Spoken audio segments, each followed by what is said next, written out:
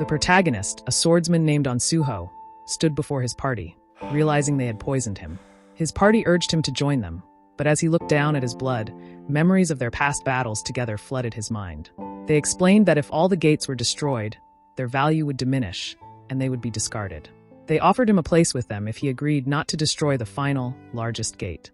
However, Ansuho refused to betray humanity for their cause, even as his body weakened from the poison.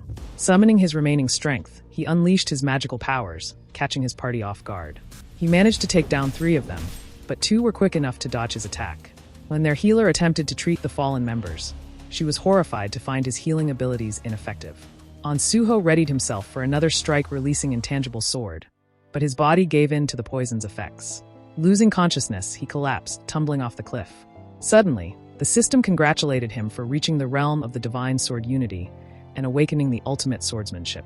It offered him an opportunity to become even stronger as the first to reach the realm of the Transcendent by rebooting the system of player Ansuho. Then Ansuho woke up, confused to find himself being carried by a man. The man explained that he was carrying Ansuho because he was injured. As he looked around, Ansuho was surprised to see the destruction and monsters surrounding them. He quickly realized that they were in the middle of a dungeon break. Suddenly, a goblin threw a knife directly at the man carrying him, causing the man to fall. As the goblin approached, the man urged Ansuho to run, but instead, Ansuho picked up an axe and walked toward the goblin. The man was confused, but Ansuho ignored him and threw the axe, landing a direct headshot that killed the goblin on the spot. It was then that he realized he wasn't injured after all. Then he noticed that the system congratulated him on awakening as a player. It was exactly the same as before. When he awakened as a player, 3 choices appeared before him: warrior, mage, archer, and healer. He instinctively prepared to choose the warrior class, but suddenly stopped. Then he reassured the injured man, saying, "Don't worry. Ansuho can handle them alone. They're just goblins, after all." Charging toward the goblins, they prepared to attack.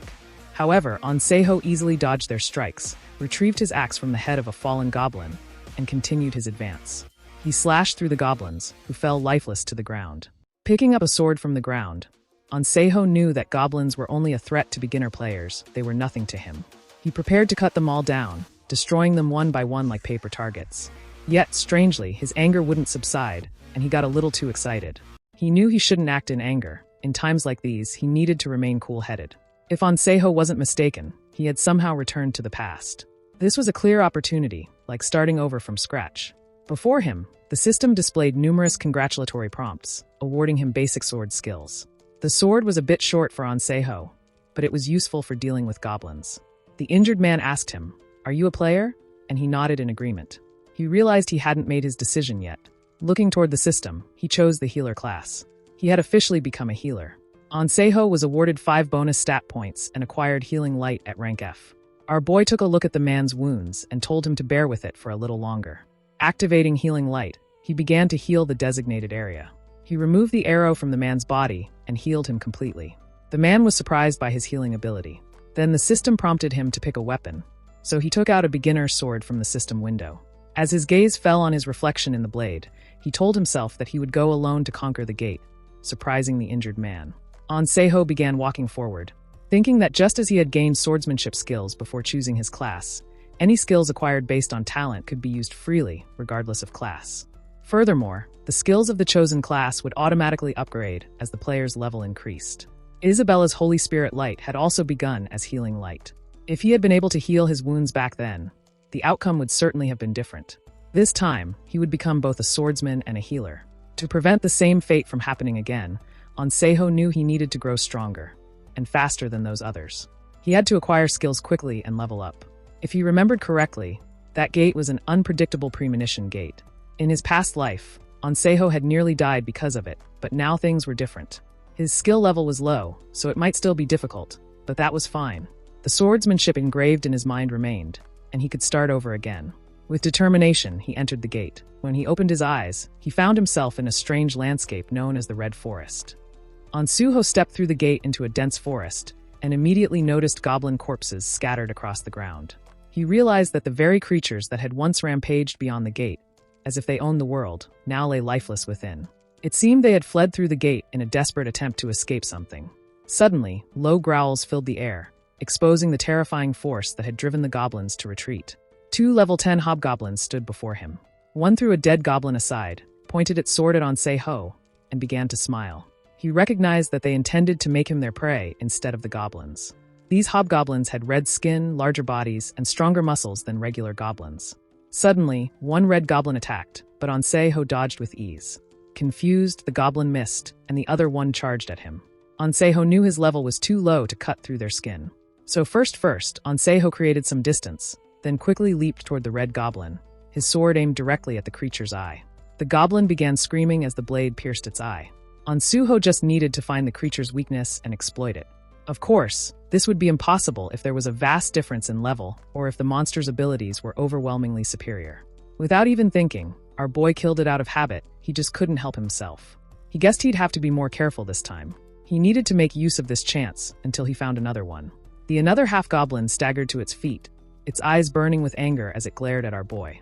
With a furious roar, it charged forward, trying to land a blow on him, but our boy dodged every swing with effortless ease. If the goblin repeated a certain action enough times, it could acquire a skill related to that move.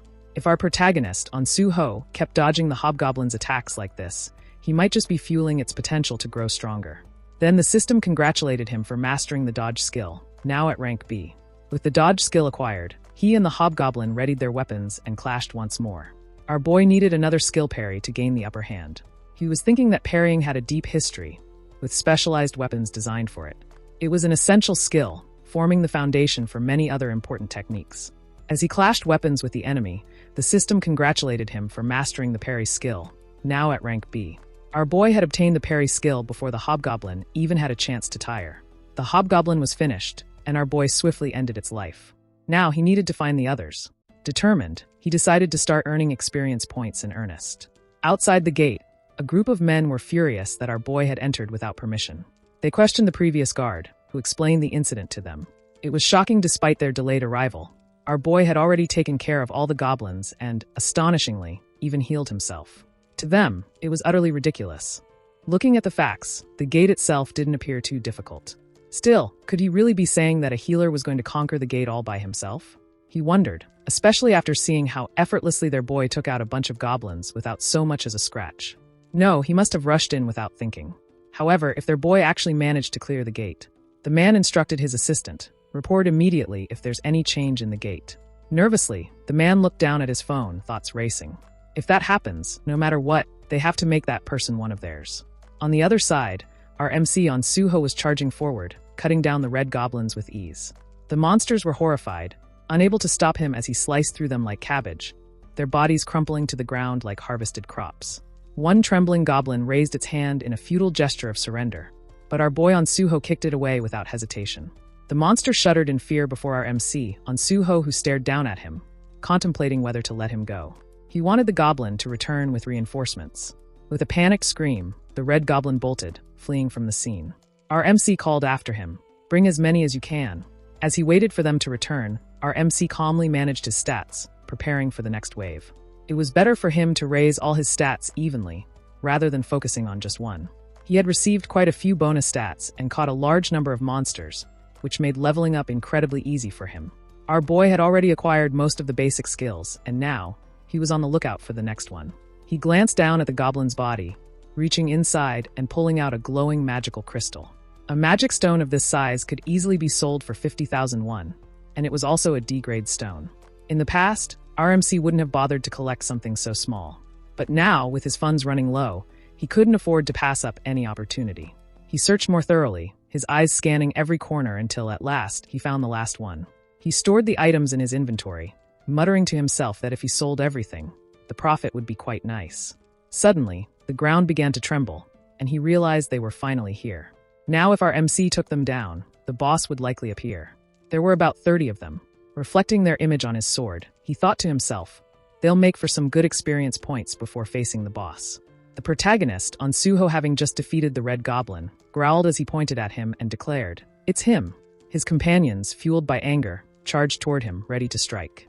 But the protagonist, Ansuho, with a swift leap, met them head-on, his sword slicing through their ranks with ease. Heads flew from their bodies as he leveled up at an astonishing speed. However, the sheer number of foes seemed endless, and the protagonist realized he had to end this quickly. Raising his sword high, he cut down enemies left and right. But just as he was in the heat of battle, A sharp sensation warned him of an attack coming from his right. He dodged just in time, catching sight of the source, the level 20 chief. Hobgoblin, the boss monster. The red goblin swung its axe at the protagonist, but he swiftly leaped away, evading the attack. As the goblin charged again, the protagonist parried with his sword, blocking the blow with ease. Creating some distance, he swiftly dealt with the goblin's companions, eliminating them one by one. He landed gracefully, but the monster, furious beyond measure, unleashed a wave of terrifying fear. The protagonist Ansuho fell into a state of terror, his muscles locking up in a rigid, paralyzing fear. He had never expected to encounter someone wielding fear at such a low-level gate. After all, it was a boss monster. The creature grinned wickedly, its smile stretching from ear to ear, as it and its minions closed in on him from every side. With no skills or items to protect his mind, the protagonist was unable to counter the fear gripping him. Just as the boss monster prepared to strike, he slashed his own hand with his sword, the pain snapping him free from the paralyzing terror. That was too close. With a grim determination, he drew his sword and blocked the monster's incoming attack. No time to waste. He decided to deal with the smaller threats first. He activated Healing Light, the designated area glowing with a soothing radiance as wounds began to heal. Standing alone before the boss monster, the protagonist faced its furious glare. Despite the monster's rage, he seemed almost at ease, as if enjoying a quiet moment between the two of them.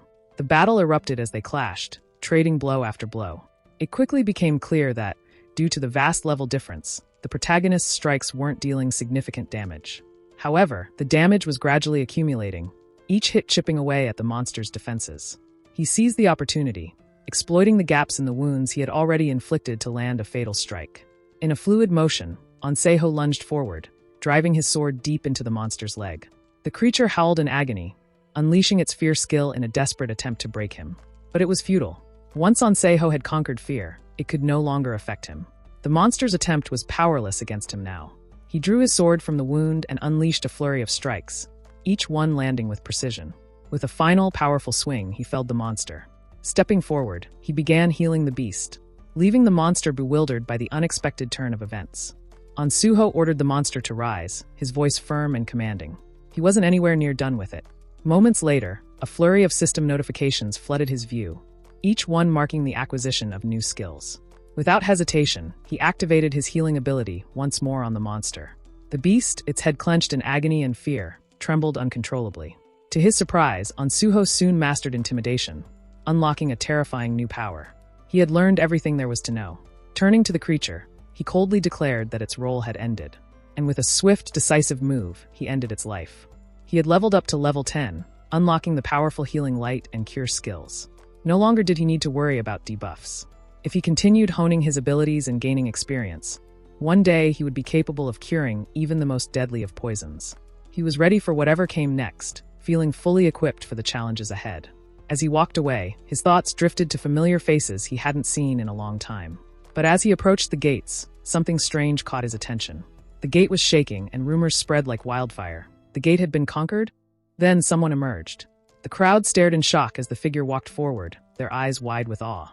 Whispers filled the air as people tried to make sense of what was happening. Guilds scrambled to recruit him, but he paid them no mind, walking past them without a second glance. Then he landed in front of the man and called out, "Team leader Jung Chulman of the South Korean Hunter Association." His voice rang with authority, but there was an undercurrent of confusion in the air. His colleague, eyeing the situation, asked, "Team leader, do you know him?" Jung Chulman shook his head and replied, "No, not at all." Sometime later, at the South Korean Hunter Association, he was sitting down with Jung Chulman, who was worriedly looking at his tablet.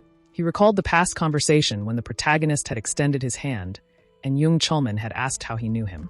His voice betrayed the uncertainty he couldn't hide. Ansuho suggested they discuss the details later at the association, knowing he was heading there soon to acquire his hunter's license. Confused, Jung Chulman questioned him. "Is it a license renewal?" He quickly dismissed the thought, realizing it couldn't be. This meant the man was an unregistered hunter, a newly awakened player. The healer class was considered the weakest among the 4 class categories, yet he had conquered the gate alone. How was that possible? Jung Chulman was confused. However, if he examined the results more closely, it became clear that the man resembled a warrior more than a healer. The protagonist Ansuho innocently asked, "Is there a problem with the result?" He replied with a shrug, "It's nothing. His name is Anseho." Then, after a brief pause, he agreed and asked, what was he originally doing? Ansuho replied casually, "I'm just a college dropout." He admitted that he hadn't done well in college. Jung Chulman asked, "So, were you a medical student?" An Se-ho revealed that he had studied physical education, leaving Jung Chulman even more confused. "Normally, people would choose to be a warrior or an archer," he said. "Why did you choose to be a healer?" An Se-ho smiled and replied that he hated getting hurt. That was unusual, so Jung Chulman asked about the process of conquering the gate alone. An Se-ho explained that there wasn't really much of a process. "He just entered the gate, and a hobgoblin attacked me," he said casually. "I killed it to survive." Then, An Se-ho took out several magical crystals from his storage, shocking Jung Chulman. "These are the magic crystals I got from killing the hobgoblin, and also the chief." An Se-ho truly didn't know the value of a magic crystal, so he asked if he could leave them with him. It was a considerable amount, and Jung Chulman agreed. "I'll process it as quickly as possible," he assured him. He asked our MC An Se-ho if he truly wanted to be a hunter, and An Se-ho nodded in agreement. He had made the decision the moment he awakened as a player. Jung Chulman was overjoyed when he heard that, though he quickly tried to hide his excitement.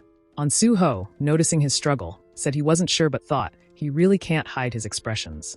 There are many reasons why people become hunters, but An Se-ho truly hated monsters and gates. He had lost his entire family because of a gate shock. He knew it was dangerous, but entering the gate alone had been an emotional decision. An Se-ho wondered if killing the monsters would ease his frustration. He had killed the monsters he came across, but strangely, he still couldn't rid himself of the heaviness in his heart. That was when he instinctively realized what he had to do: prevent others from becoming victims like him. He said, "Don't let people lose something precious to monsters." An Se-ho wanted to work for everyone's safety, so he aimed to become a hunter in the South Korean Hunter Association. Jung Chulman was genuinely happy to hear that, but he couldn't help asking, "Are you sure?"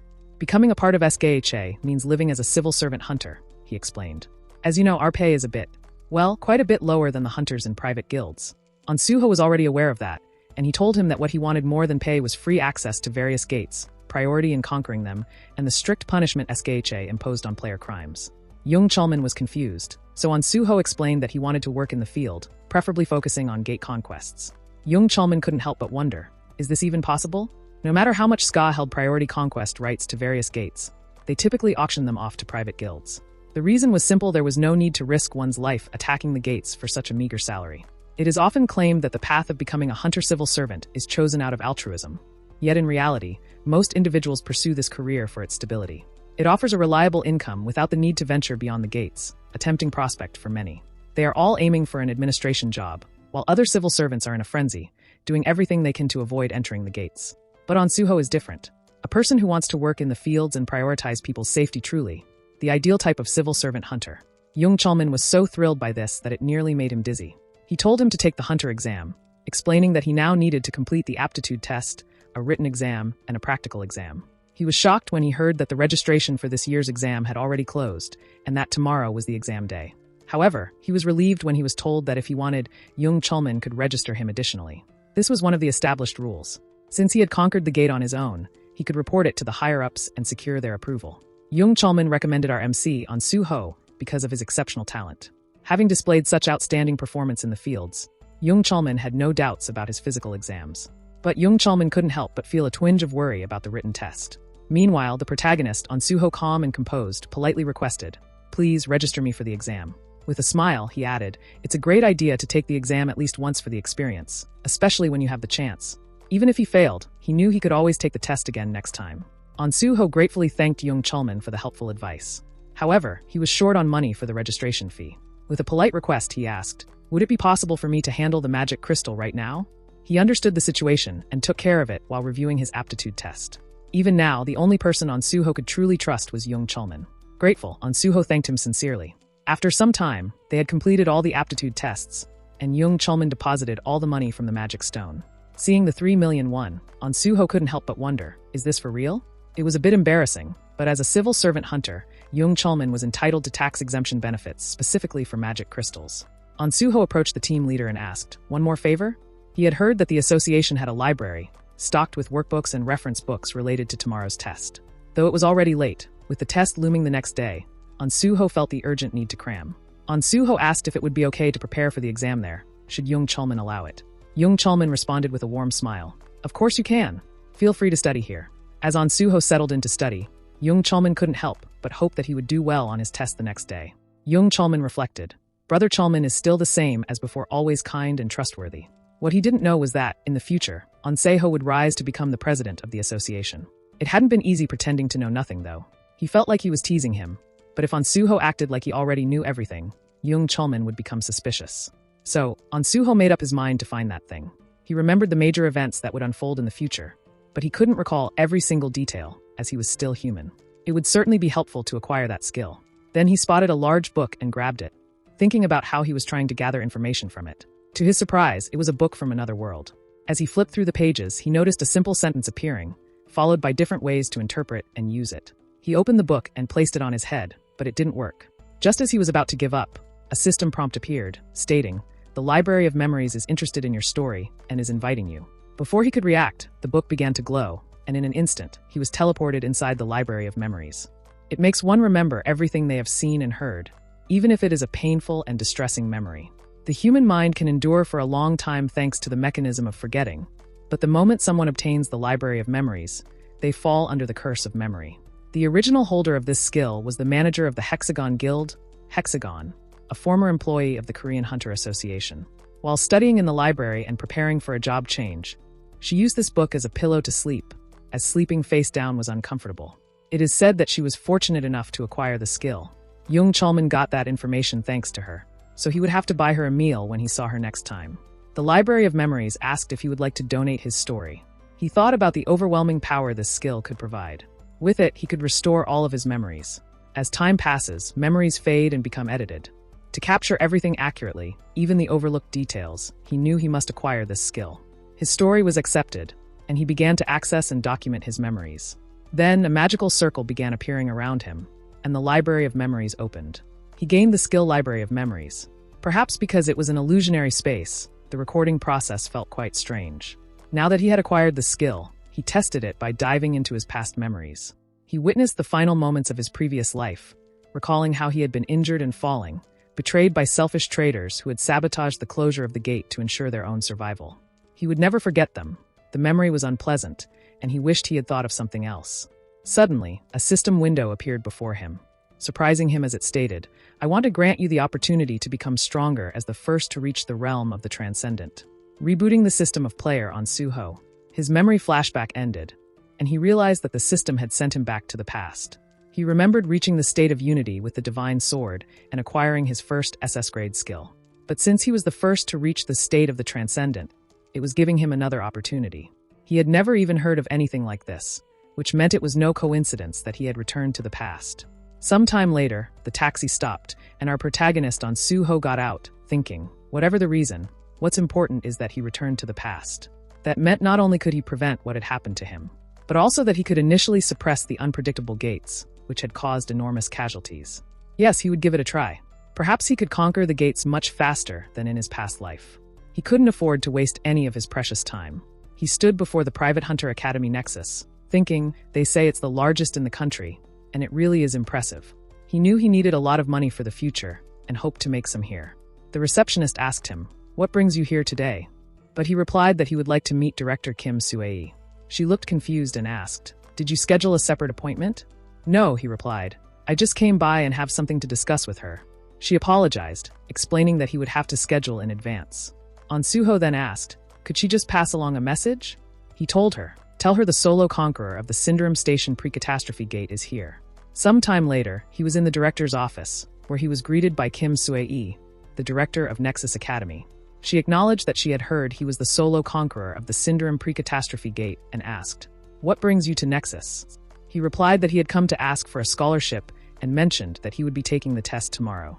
She looked confused and asked, "How long has it been since your awakening?" He answered, "Today," which surprised her. She then asked, "So you were also the solo raider of the pre-catastrophe gate that occurred in Syndrome today?" He nodded, saying yes. "Right after awakening, I was lucky enough to have a connection with someone from the Hunter Association who helped me secure a spot for the test. I'm planning to aim for the top position in this test.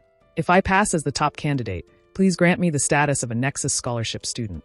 He looked at her and added, "And of course, you should also provide a scholarship." He thought it was hard for a complete rookie to reach the top, but he was a veteran who had conquered countless gates. Believe it or not, the choice was hers. It was impressive that he had single-handedly conquered an unprecedented gate, but the Hunter test was a different matter altogether. with an average passing rate of less than 20%. So he suggested that if he didn't come in first, she could simply disregard him, and the same went for the scholarship payment. She asked him, "There's also Hexagon and Prime. Why did you choose Nexus?" He replied, "Because Nexus is in the most regrettable situation." She looked confused, so he explained. As far as he knew, Nexus Academy was the largest in the country, but in recent years, they had failed to produce a first or second place winner. As a result, the number of students had noticeably decreased. Sadly, but it is true, she thought. They also need to start showing some results. Yet there isn't an outstanding student who has shown significant growth. What if she accepts his proposal, and he truly comes out on top? The lone conqueror of the premonitory gate, passing the hunter test with the highest score on Suho. If word spreads that he's from Nexus, the ones to benefit the most will be Nexus Academy. It's a proposal with nothing to lose. There's only one reason to hesitate on an offer that should naturally be accepted. She asked how much money he was expecting to get from the scholarship. Our MC asked her how much the scholarship was for the top student. She replied, a full refund of the tuition fees for that year, along with an additional 30 million won as a congratulatory bonus for passing. And if the examinee wants, they can join the Nexus Guild immediately, he exclaimed, as expected from the largest academy. But there was a hint of uncertainty, and she told him, I didn't expect this much. She asked if he could please tell her honestly how much he would like. He thought for a moment, then, with an innocent smile, replied, 300 million would be nice. She was sweating from nervousness as he continued considering the additional benefits that came with passing as the top student and the size of the academy. It was a reasonable amount. 300 million wasn't a lot of money for Nexus. She nervously thought he was only stating facts, so she couldn't really say anything. If he passed as the top test taker, she would pay him the 300 million won. Then she prepared the contract. Sometime later, someone said, the more he looks around, the more he realizes just how massive this place is. It seems even larger than an amusement park. Once he enrolls in Nexus, he won't lack anything. He was very exhausted. After all, it was the largest academy in South Korea. On Suho guessed they had woken him up while he was sleeping. On Suho felt bad for no reason. On Suho thanked him for showing their MC around, even at this late hour. There was someone on the playground, but the MC wasn't able to see clearly from here. Is that a student? The man replied, yes, he's the most dedicated student. The man told Daehan, practice is important, but taking care of your body is crucial too. He replied that since he was already a third-year student, he needed to work even harder. On Suho had formed several raid parties in his previous life with Daehan, who had once been the top tanker in the country, renowned for his immense mental strength and defense. Unfortunately, the role of pure tankers had weakened over time. Seeing Daehan wielding an axe instead of a shield now, it seemed he hadn't yet discovered his true aptitude. This was perfect. Since things had come to this, On Suho decided to lay some groundwork in advance. Knowing that Daehan would later join Nexus, On Suho resolved to build a connection with him now and bring him into the Great Hunter Association in this life. The man introduced Daehan to On Suho. Mr. Suho, this is Kong Daehan, a student at our academy. They both greeted each other. From what On Suho had heard, it seemed like Daehan was a test taker. So he asked him, are you planning on using a battle axe as your main weapon? Daehan agreed. On Suho asked why Daehan had specifically chosen the battle axe. He looked confused, then replied that he was aiming to be a melee user, and after consulting with others, they recommended it. They said that such weapons needed to be suited to his physique from the start to handle them. The man said, when it comes to destructive power, nothing can match the battle axe. On Suho asked, so, have you only been using the battle axe? Daehan replied, yes, I was a bit of a slow learner. It would take too long to try out different weapons. It had taken him 2 years to become proficient with the battle axe alone. He was not very good at it either. On Suho thought, that's because it's a weapon that doesn't fit your aptitude at all. On Suho wondered if it was perseverance or just stubbornness. No, he should have tried to switch weapons if his weapon proficiency hadn't improved from the start. They asked him in confusion, is there any problem? On Suho added, the largest academy in the country is surprisingly lax. He was thinking of something different. On Suho thought he should use a weapon that Daehan was comfortable handling. He could quickly increase Daehan's skill proficiency with a skill correction effect. Other things depend on personal knowledge and experience, though. In that sense, the battle axe doesn't seem to suit him, Mr. Kong. He was surprised when he heard that the fact it took him 2 years to become proficient with it indicated that his skills and the battle axe didn't synergize well. On Suho explained, the battle axe has high instantaneous destructive power. However, the gap that occurs after an attack is too long, and if there are no countermeasures to prepare for that interval, he will be counterattacked. That said, Mr. Daehan's size was too large to be protected by a tank. Worriedly, Daehan said he had been handling only this weapon for a whole 3 years. An Suho told him, if you have the perseverance to handle a weapon that doesn't suit you for 3 years, it seems that Kang Daehan's aptitude is actually closer to that of a tank. An Suho further added, wear a kite shield on your left arm and hold a one-handed bludgeon in your right hand. Then your practical scores will improve significantly compared to now. An Suho was recommending that he change to a tank now, but wouldn't it be difficult to change positions at this point, especially since the test was tomorrow? An Suho asked Daehan if he knew what he thought was the core of a party. He then explained, is it the mage? No, the core of a party is the tank. The tank needs to draw aggro while protecting the mage and healer for the party to function properly. Wouldn't it be better to wield a shield? To use crowd control effectively, a tank should handle at least one primary weapon besides a shield. It sounded good to Daehan, and he agreed to give it a try. An Suho thought it was a good thing he was not discouraged and was quick to make rational decisions. An Suho told him, good luck then. Daehan thanked him, and then he left from there. With a polite nod, Suho introduced An Suho as a guest. However, a curious thought crossed his mind, prompting him to ask, are you here as an instructor, by any chance? An Suho's deep understanding of contracts and advice was impressive, yet Suho couldn't shake the feeling that something was off. A nervous thought ran through Suho's mind. It would be a bit suspicious if someone without a license knew this much. He supposed that An Suho was more likely to be a stakeholder. An Suho then asked, by the way, is the contract ready? It seems like quite some time has passed. The man had just received a call about that, and then headed back to the director's office. The next day, on the day of the hunter test at the South Korea Hunter Association, the area in front of the association was filled with examinees holding their swords, all eager to obtain their hunter licenses. Everyone had honed their skills for this day and arrived in peak condition. Among them was the man of the hour, An Seho, who had conquered a gate alone. However, he was tired from wandering around too much the previous day and was in his worst condition. The participants were lined up in order to receive their test numbers. They then proceeded with the drug test one by one. Although it was a test conducted due to possible doping, situations like this meant little to the main character, who was already weary of the process, knowing that people who take drugs usually don't use ordinary drugs but skill buffs instead. The test administrator's level was at most 5, which was a magic wavelength that wouldn't typically come from someone at such a low level. Not only was that woman buffed, but quite a few other participants had been enhanced as well. He was sensing that distinguishing magic was much more sensitive compared to others. With his magic detection, it was much clearer to distinguish. Despite the time that had passed, it was still a mess. Even though the issue of doping and the abuse of buff skills hadn't yet surfaced, there were already so many cheaters. An Suho knew he needed to sort it out once and for all. Then, he spotted Jung Chulman and thought, luckily, there is someone clean here. A man asked a participant if he had done well on the written test. The participant replied that he was going to retake the test. Our main character overheard their conversation and silently thanked the Library of Memories. It was a piece of cake. An Suho felt like he had unintentionally become a cheater. Suddenly, someone called out to him, Suho, and it was team leader Jung Chulman. He asked, how was your test? Suho thought he could pass and responded by asking, but what brings you here? Jung Chulman explained that he had come to assist, as the association was always short on staff. He mentioned that he had heard this was considered the hardest written test ever, but Suho's confidence was impressive. An Suho believed he had been able to solve it. He then addressed team leader Jung, saying, I noticed earlier that they didn't conduct a buff check. Is there a reason for that? An Suho had felt something was off during the earlier test and requested, please check it out. He added, to prevent drug doping, the association conducts urine and blood tests. They also confiscate belongings to prevent cheating with items and require test takers to change into exam uniforms. But I wonder if they don't specifically check for cheating using skills. Magic detection would make it easier to spot cheaters. Jung Chulman thanked An Suho and said he would check before the practical test. An Suho then decided to go prepare for the practical test. Before he could leave, Jung Chulman suddenly stopped Suho. He personally wanted him to join, as he truly wanted to work with him. He hoped Suho would get a good result on the practical test. Our protagonist An Suho thanked him in response. 30 minutes later, at the practical test venue, the announcer stated that the test would be postponed by 2 hours due to issues with the dive capsules. An Suho wondered if the capsule issue was just an excuse. Perhaps Chulman was taking measures against the cheating buffs.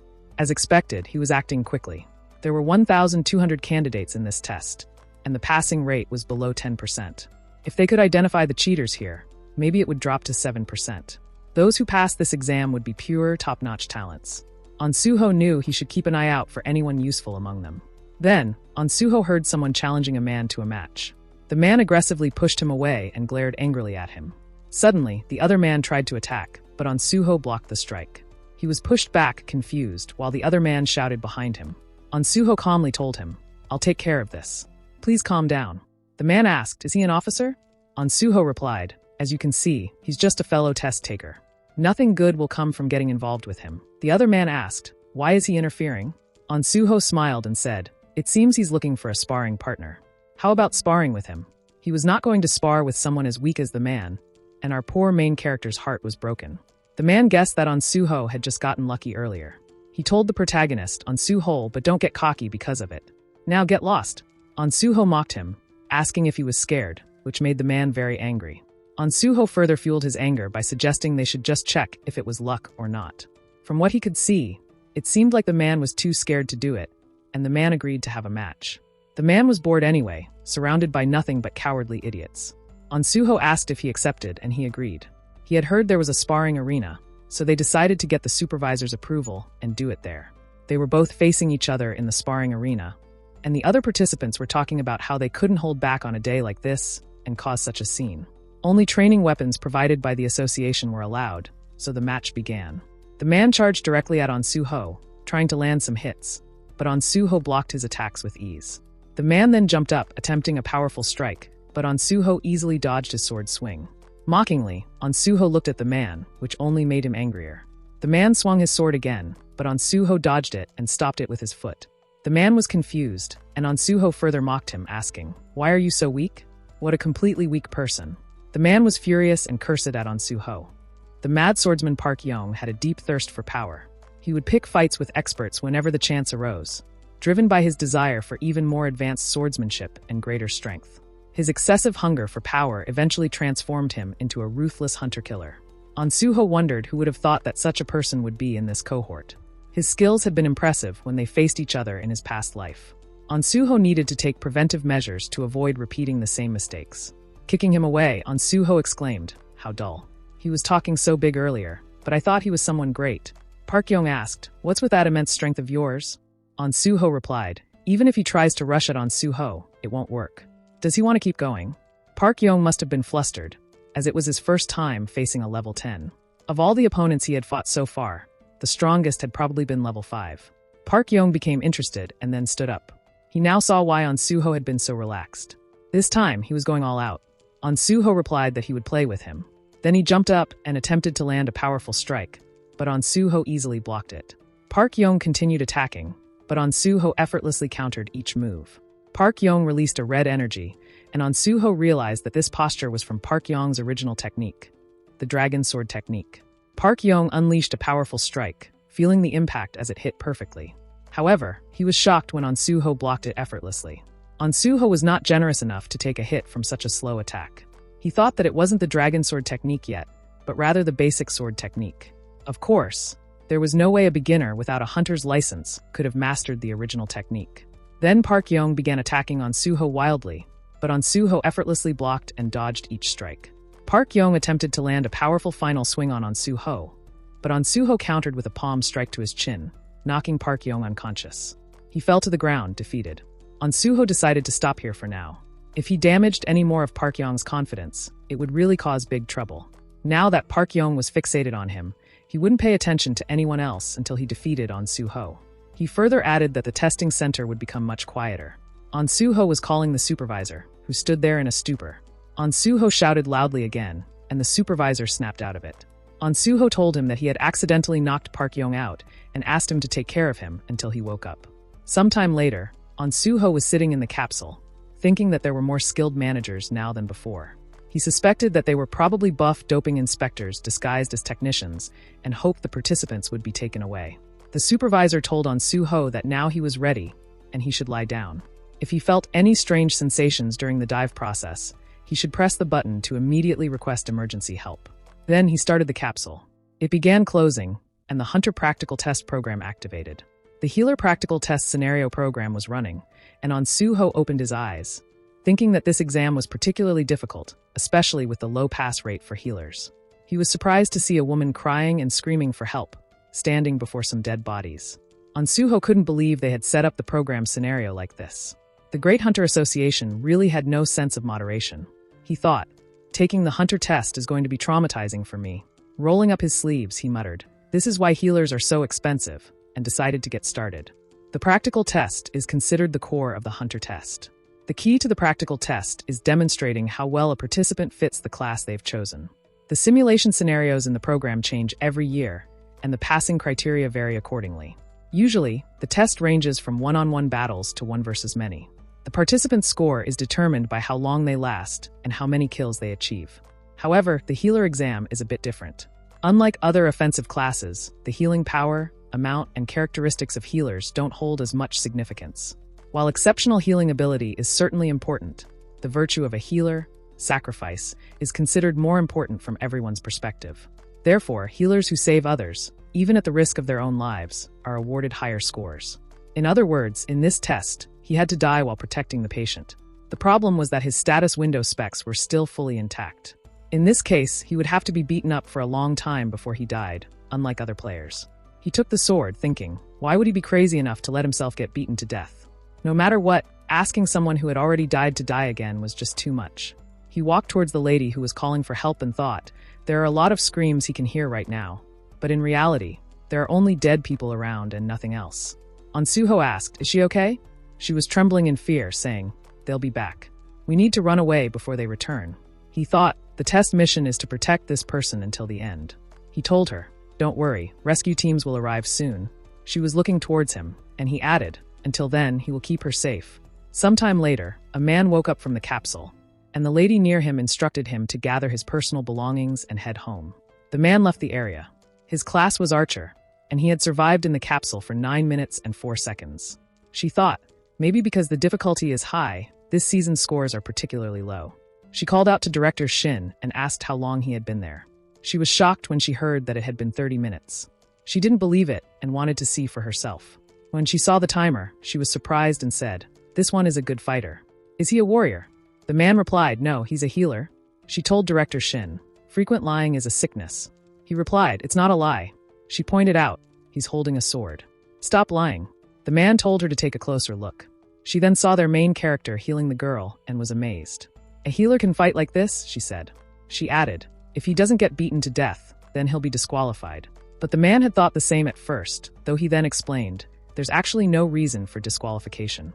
A healer's main goal is to protect the patient until the end. Even while doing that, he's fulfilling all the requirements. Instead of abandoning the patient and fighting, he's actually properly escorting and staying close to the patient. He's also healing the patient from time to time. This examinee is now risking his life to protect the patient. If all the conditions are met, there is absolutely no reason to disqualify him. In fact, the practical program doesn't even intervene, so what reason do we have to disqualify him? It seems like the top student in this practical exam has been decided. The monsters were jumping at him, but he was easily cutting them with his sword skills. However, this was not enough, and he needed to be a little faster. He jumped up, pulled out his sword, and chopped the monsters into pieces, completely destroying them. The system was informing him about leveling up his skills, and Ansuho thought, as he had suspected, that even if this place was a virtual reality, if the location where they were standing was on Earth, no one could escape the system's surveillance.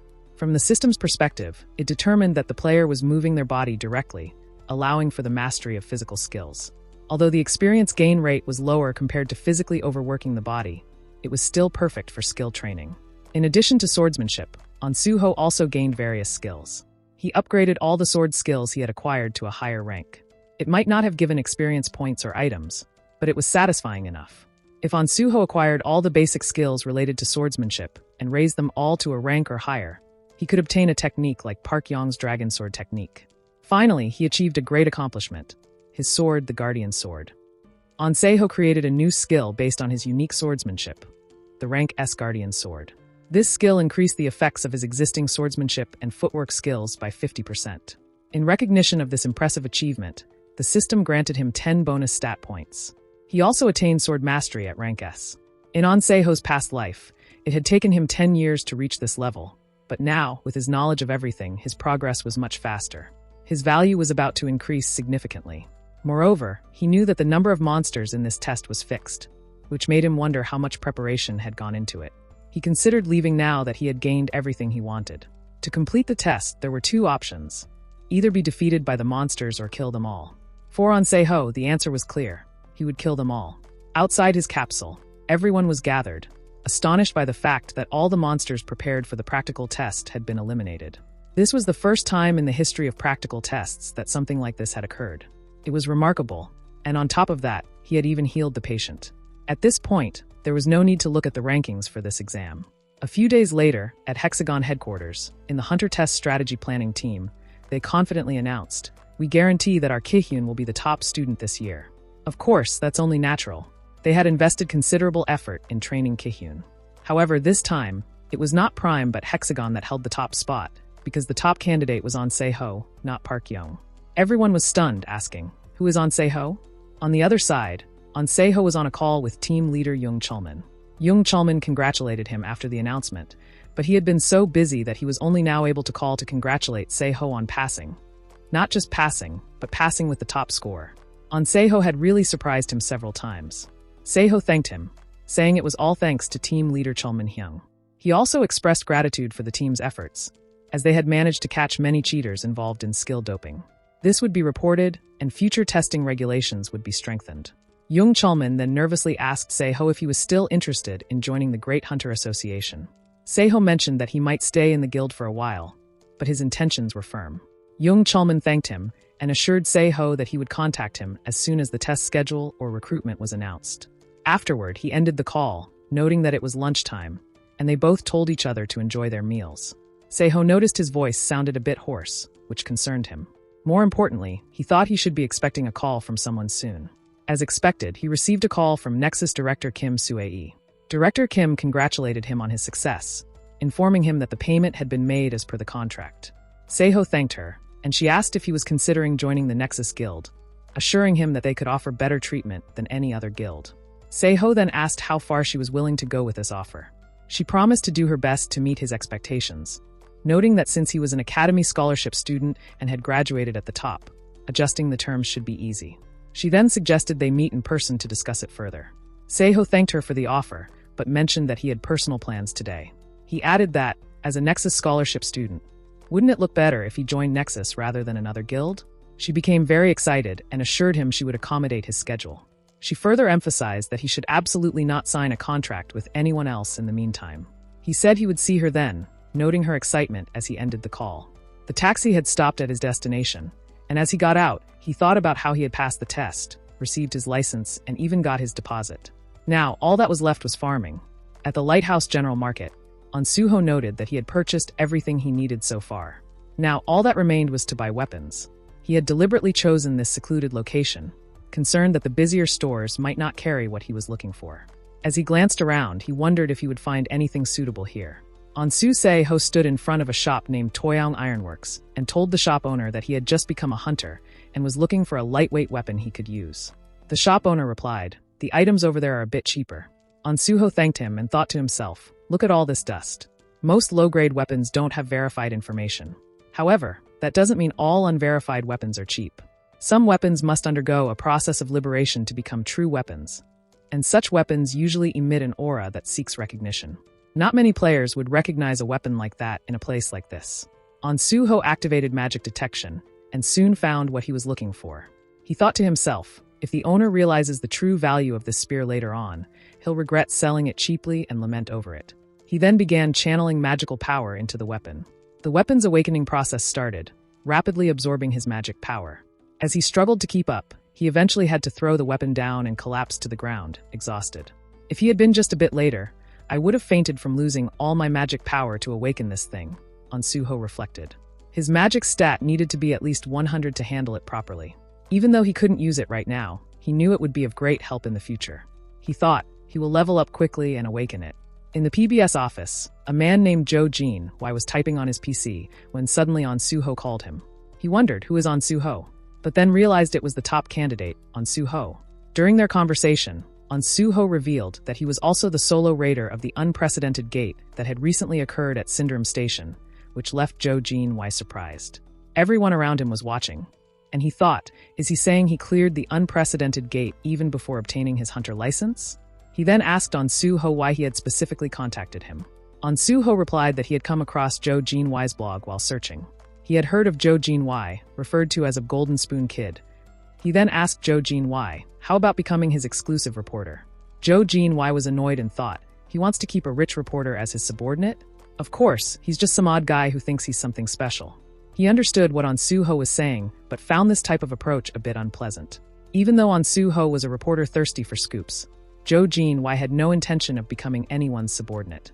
What On Soo-ho wanted was a great partner, so he told Joe Jean Y this. Joe Jean Y replied frankly, explaining what makes a great partner. He mentioned this because it seemed like On Soo-ho was trying to pull a trick to boost his worth before joining a guild. On Soo-ho responded, that's not entirely wrong. It's not about raising my worth, but rather trying to gain some fame. He then added that he was also thinking of becoming a civil servant. Joe Jean Y didn't quite understand and asked if On Soo-ho was talking about the Great Hunter Association. He explained that wanting to gain fame through publicity via him meant joining a large guild, but to become a public servant hunter? Joe Jean Y asked if he must be joking. However, On Soo-ho was not joking. He was going to join the Hunter Association and work in the field.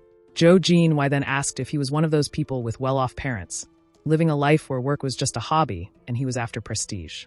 On Soo-ho replied, no, I'm what you'd call a gate orphan. That's why I'm interested in public service. Conquering gates is my life's ultimate goal. Joe Jean Y was confused, thinking, is he for real? There are so many weirdos, it's hard to keep track. He guessed it didn't really matter. Joe Jean Y understood what On Soo-ho meant and said, however, he would have to decline the offer to be an exclusive reporter. He would write the articles he wanted to write. On Soo-ho then suggested, let's make a bet. He felt like he needed to earn Joe Jean Y's trust to win his heart. Since he was a hunter, wouldn't it be okay if he proved himself through his skills? He was planning on conquering the Tower of Challenge alone today. Joe Jean Y replied that it was impossible to clear the Tower of Challenge, even with a party, let alone by himself. On Soo-ho assured him that he was confident this would be enough to win his trust. He then requested that if he succeeded, Joe Jean Y would become his exclusive and personal reporter. Joe Jean Y, a top player broadcaster and PBS reporter, took great pride in his work and came from a wealthy family. He was known for never accepting requests and had collaborated with On Soo-ho many times in his previous life, thanks to his excellent reporting skills and extraordinary ability to manipulate public opinion. However, due to his overwhelming talent, he was eventually cast out and disappeared. In any group, a sharp thorn is seen as a threat, and Joe Jean Y was that thorn. He had unintentionally been drawn into factional conflicts, which led to his early retirement. On Soo-ho couldn't allow Joe Jean Y to disappear like that again. Having a close reporter by his side would be beneficial. Joe Jean Y was angry and replied that if On Soo-ho managed to conquer the Tower of Challenge alone, he, as a reporter, would do everything he could to help him. On Soo-ho responded with an okay, telling him they would see each other later. Joe Jean Y was irritated by On Soo-ho's behavior, and it was driving him crazy. He wondered what on earth On Soo-ho was up to. Why had he suddenly said such nonsense? It was annoying, but it didn't feel too bad. It didn't sound like a lie, and On Soo-ho didn't seem like a scammer. Confused, Joe Jean Y stood up, shrugged, and muttered, whatever, I don't care. If it's true, that's great. If not, so be it. It's a gamble with no downside. In front of the Tower of Challenge, an officer stood guard, yawning. When On Soo-ho approached and showed his card, asking if he could enter, the officer replied that he could. He then asked if On Soo-ho was alone. On Soo-ho confirmed that he was, and further inquired if it was possible to attempt the challenge solo. The officer responded that it wasn't impossible, but judging by On Soo-ho's license number, it appeared he had just passed. He suggested that, if it was his first time, it might be better to form a party, even though it was a low-level area, since casualties still occurred. On Soo-ho, however, was fine with it and preferred to be alone. The officer, watching him, thought to himself that he had a feeling an accident was going to happen. The officer then requested that On Soo-ho proceed inside. The fee was 70,000 won, and he would need to pay once he received the invoice.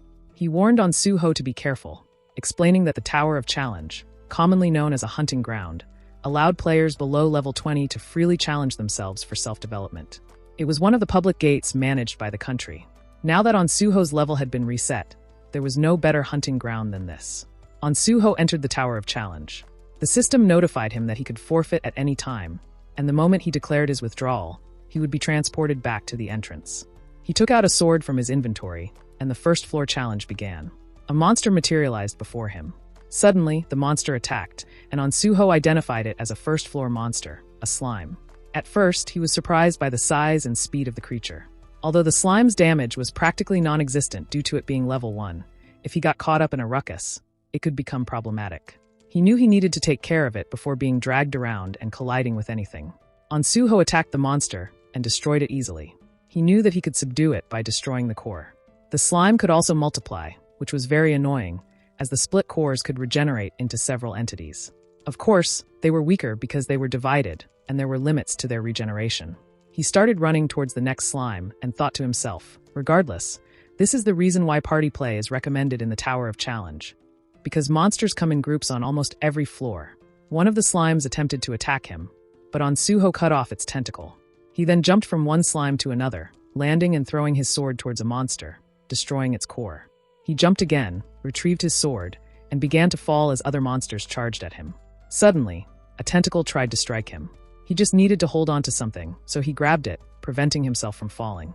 Ansuho climbed up and started slashing at the other monsters, destroying their cores one by one.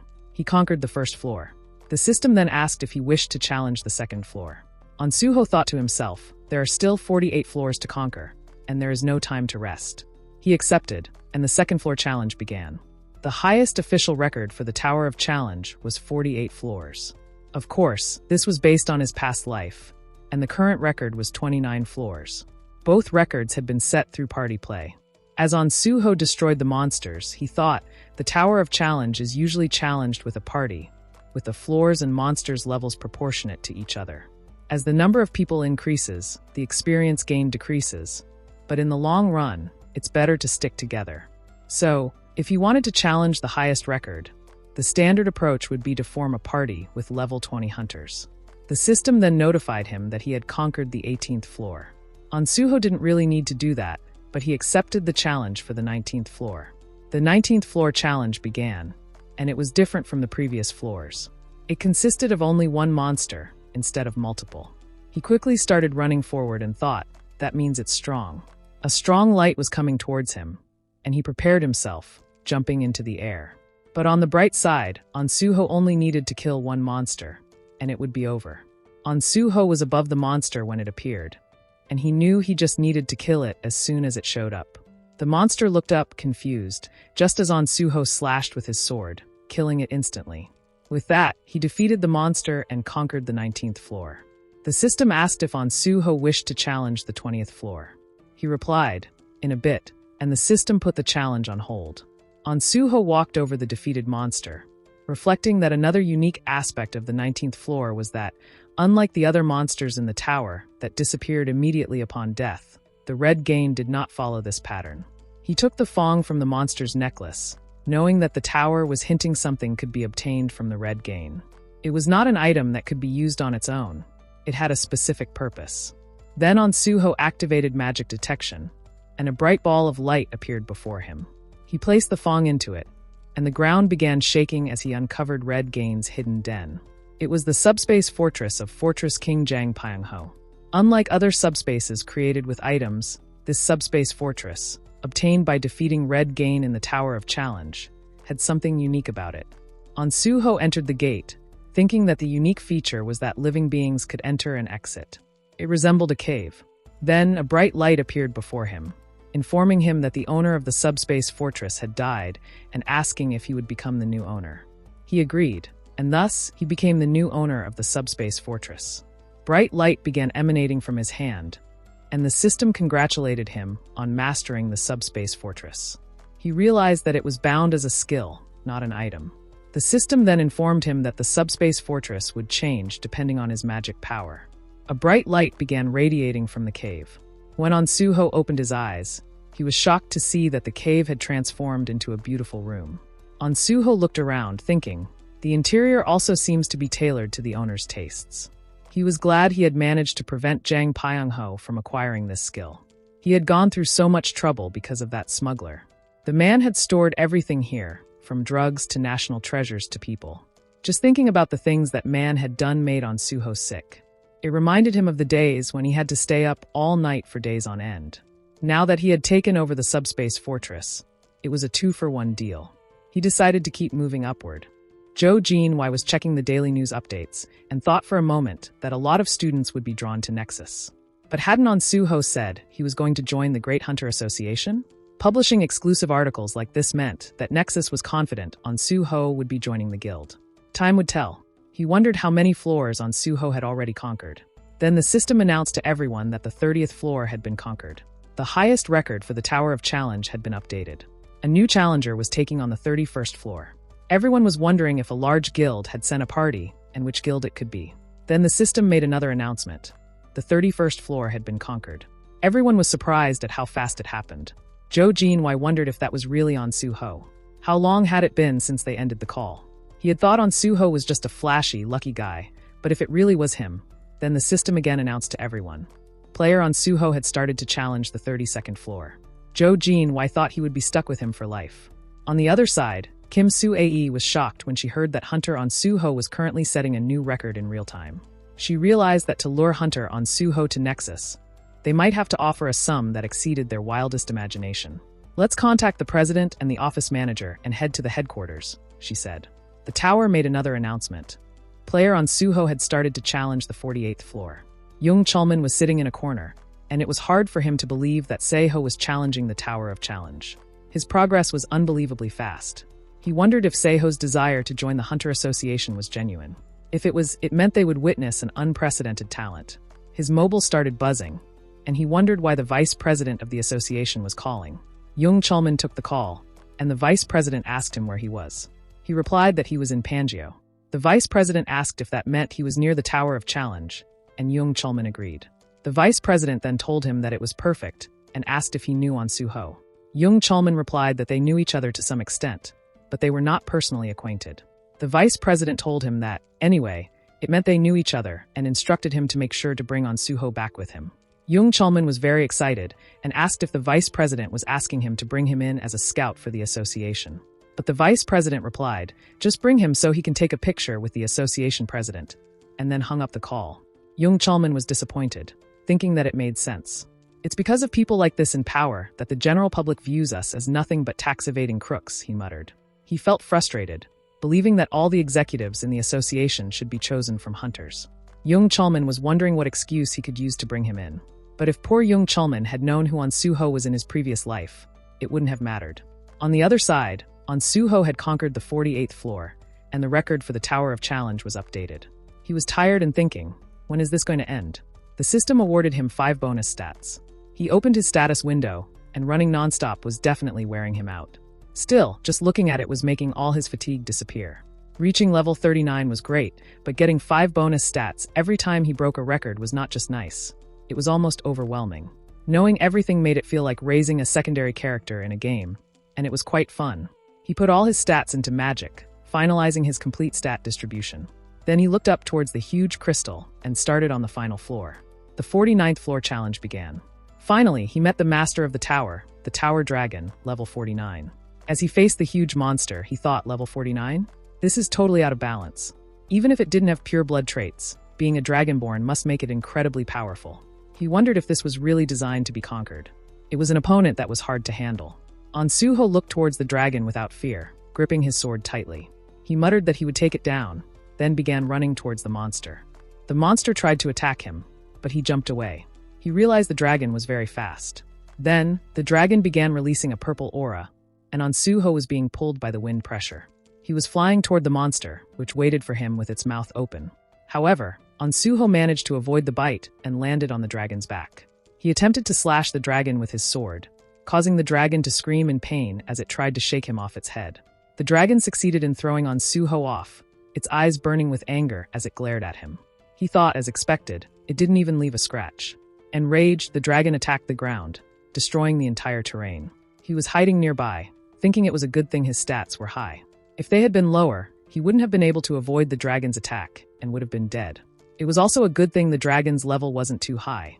If it had been, it would have found him right away. Well, even though the dragon's level wasn't high, its dragon traits gave it extremely high physical durability. So regular attacks couldn't even leave a scratch, which was still a problem.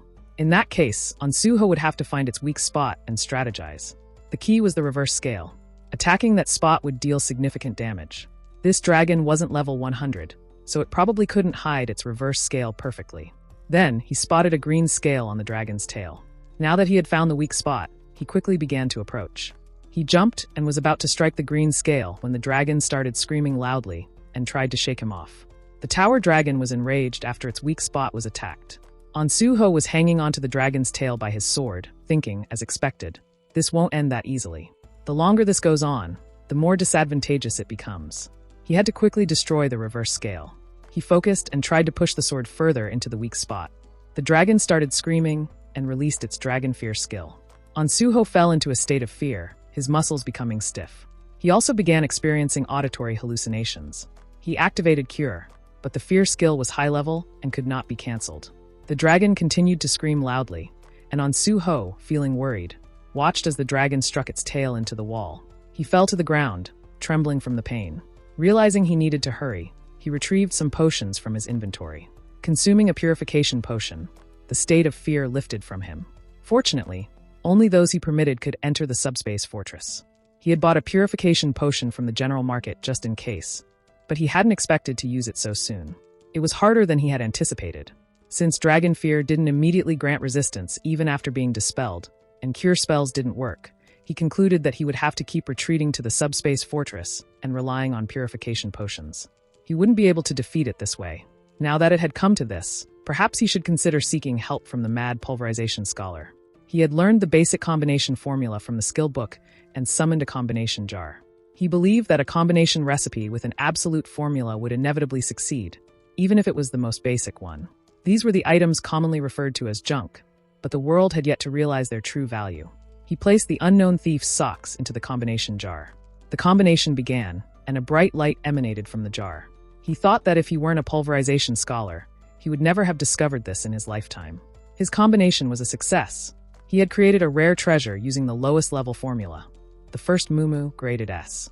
It could conceal presence, attention, and traces. If he successfully combined an item marked as first ever, he would receive bonus stats. The reason he had combined the first ever S+ grade item was simply to gain those bonus stats. He was starting to realize once again just how absurdly advantageous the privileges of a regressor were. There were many ways to categorize items, but some people classified them simply as first and not the first. The first items, as the name suggests, are items that have appeared in the world for the first time, and most of them are classified as S grade. He put the ring on and noted that, in fact, the first Mumu was rated S+. The plus sign next to the grade indicated that it was either a growth-type item influenced by the wearer or had a set effect. In the case of the first Mumu, it was the former. Energy began gathering in the ring, and Mumu was now bound to him. This was his first time wearing the S+ Mumu, and it was undeniably impressive. He hadn't been able to obtain it in his previous life since it had already been discovered by the mad pulverization scholar. As a result, that mad pulverization scholar had revealed the formula for Mumu, causing its widespread knowledge. But in this life, he had managed to obtain the first Mumu. Now, with the bonus stats he had gained, was it time to wake up that guy? He invested 4 points into his magic stat, bringing it to 100. His magic stat had grown even further, leveling up to red. This was the first time he had obtained a red stat while still below level 50, making this growth exceptionally fast.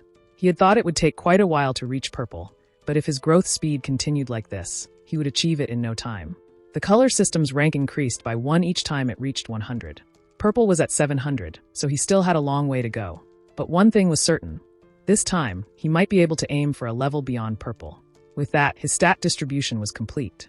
He began summoning the old spear and muttered that it was time to wake it up. He started supplying magical power into the spear, and it began to feast on his mana. As expected, the absorption capacity was enormous. The reaction was starting, just a bit more. A bright light began to emanate from the spear, and Ansuho's magic power was sufficiently supplied. He succeeded in partially awakening it, and obtained the Shadow Spear of rank A+. Confidently, he walked forward, ready to begin his next challenge. The Shadow Spear, a treasure of the Shadow Lord, recognizes its first awakener as its owner. It can be summoned from the owner's shadow via Shadow Summon and repaired through Shadow Regeneration, using shadow and magic power. Ansuho wondered if Jang Pyongho possessed the subspace fortress. The Monarch of Spirits had wielded the Shadow Spear, earning the title of Shadow Lord from its description.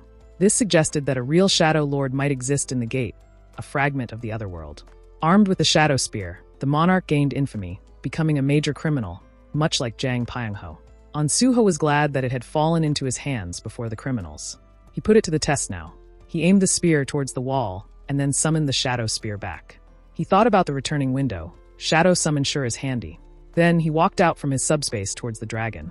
It would be great if Ansuho could attack him from there, but unfortunately, the subspace fortress didn't have that feature. He decided to deal as much damage as possible to the dragon's reverse scale while it was sleeping. He slowly walked towards the slumbering dragon, summoned his shadow spear, and then threw it toward the dragon's weak spot. The attack was successful, but the dragon woke up. The tower dragon was enraged after its weak spot was struck. The tower dragon tried again, using dragon fear on Suho, but he teleported back to his subspace. He entered before getting hit directly by the fear, so he didn't suffer any status effects. He decided to keep repeating the hit-and-run strategy like this until he took down the dragon. It took longer than Suho thought to break the reverse scale. Although it hadn't been completely destroyed, its power had been reduced to less than 10%. The hit-and-run strategy was no longer working. The reverse scale was so damaged that the dragon could no longer let its guard down. It probably wouldn't be anything compared to earlier. Suho decided to end this with a head-on confrontation. He appeared directly in front of the dragon's head and attempted to slash, but the dragon blocked his attack with its claws. However, Suho summoned the spear back and attacked the dragon's eye. The dragon screamed loudly and flung Suho away. The dragon's attack hit him successfully, and he crashed into the wall, destroying it. But the dragon couldn't find him again. Then it spotted Suho running towards its weak spot. As Suho prepared to attack, the dragon unleashed its powerful dragon fear. Despite this, Suho succeeded in landing the hit. He completely destroyed the tower dragon's reverse scale. The dragon's energy was severely weakened. Suho consumed a purification potion, then leaped towards its neck and killed the dragon. The tower dragon was defeated by Suho. He conquered the 49th floor, setting a new record for the Tower of Challenge, and the system awarded him 10 bonus stats. The system began its evaluation of his remarkable challenge. He leveled up, and all his stats increased by 1. Suho lay on the ground, exhausted, thinking about accomplishing something no one in his past or present life had ever been able to do. He then acquired the Healing Spirit skill, ranked B, which deploys a healing zone. Finally, he obtained an area healing skill. Once it reaches its maximum level, it should be capable of covering large-scale battlefields just like Isabella's abilities. The system completed its evaluation, and Suho acquired Dragon Blood. He was extremely surprised, as it was the skill of the infamous monster player, Yongma. The Dragon Blood skill, ranked S+, carried the bloodline of the Great Dragon. Those who possessed a dragon's blood could wield the power of a dragon, even without being born as one, depending on their efforts. At level 1, its abilities included Intimidation and Dragon Spirit, while the other levels remained locked. Suho celebrated his newfound power, thrilled by his growth. Looking back, he confirmed what he had expected from the final boss. The rewards were incredible. He resolved to make the most of them. He retrieved the Shadow Spear and activated it. The weapon reacted to the shadow of the tower dragon, beginning to consume it. Gradually, the Shadow Spear completely absorbed the tower dragon's shadow. As a result, the Shadow Spear was upgraded to Shadow Spear S+. Suho realized that the hidden special option of the Shadow Spear, Shadow Devour, which wasn't listed in the item's information, had leveled up at an extraordinary speed after absorbing the tower dragon's shadow. The Shadow Spear updated its item information, and Suho reviewed the changes. Both Shadow Binding and Shadow Regeneration, previously ranked A, had been upgraded to S rank.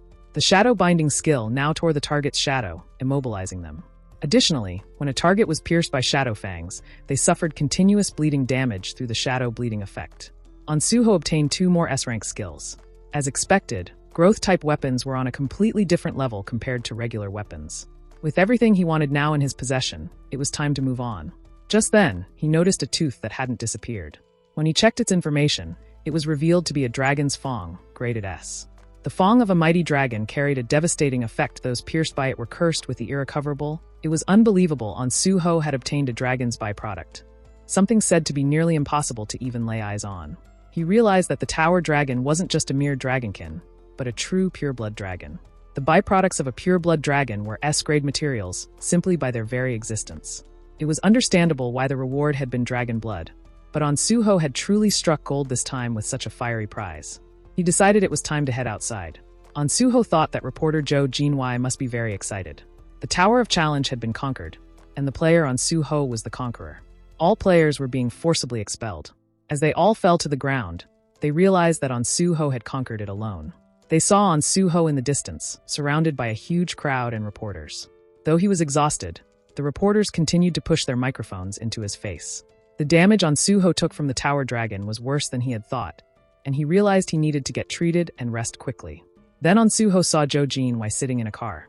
He placed his hand on Zhou Jinwei's shoulder, causing Zhou Jinwei to startle and scream loudly. Zhou Jinwei asked how On Suho had managed to get rid of the people. On Suho replied that he had managed to slip past them all, though in reality, he had used his ultimate stealth technique to vanish without a trace. On Suho then raised his hand towards reporter Zhou Jinwei and asked if he still didn't trust him. Zhou Jinwei nervously looked at On Suho and replied that he knew he was dealing with a crazy person.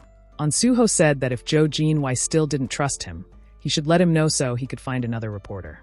Zhou Jinwei replied that if he didn't trust On Suho, he wouldn't have come this far. He then hopped into the car, urging them to leave before people started chasing them.